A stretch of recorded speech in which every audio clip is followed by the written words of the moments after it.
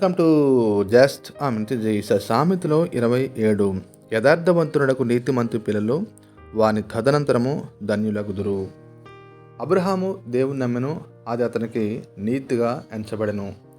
అబ్రహాము దేవుని దగ్గరకు వచ్చిన తర్వాత తాను బ్రతుకు దినమన్నీ కూడా కృపాక్షేమములు దేవుడు కురిపించడం జరిగింది.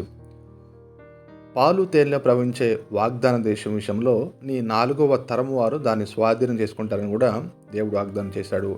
అబ్రహాము మంచి వృద్ధాప్యమందు పాతి పెట్టబడిన తర్వాత యథార్థమైన జీవితాన్ని, నీతి సంబంధమైన జీవితాన్ని జీవించిన తర్వాత అబ్రహాం యొక్క సంతానము, అబ్రహాము, ఇస్సాకు, యాకోబుల యొక్క సంతానము నిశ్చయముగా దేవుని యొక్క ఆశీర్వాదాలు వారు స్వతంత్రించుకోవడం జరిగింది.